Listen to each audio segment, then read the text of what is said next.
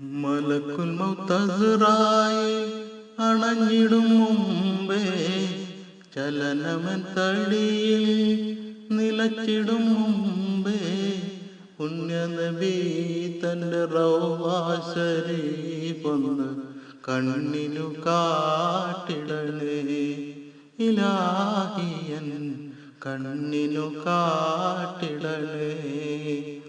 മലക്കുൽ മൗത്ത് അസ്റായിൽ അണഞ്ഞിടും മുമ്പേ ചലനമൻ തടിയിൽ നിലച്ചിടും മുമ്പേ പുണ്യനബി തൻ്റെ റൗള ശരീഫൊന്ന് കണ്ണിനു കാട്ടിടണേ ഇലാഹിയൻ കണ്ണിനു കാട്ടിടണേ.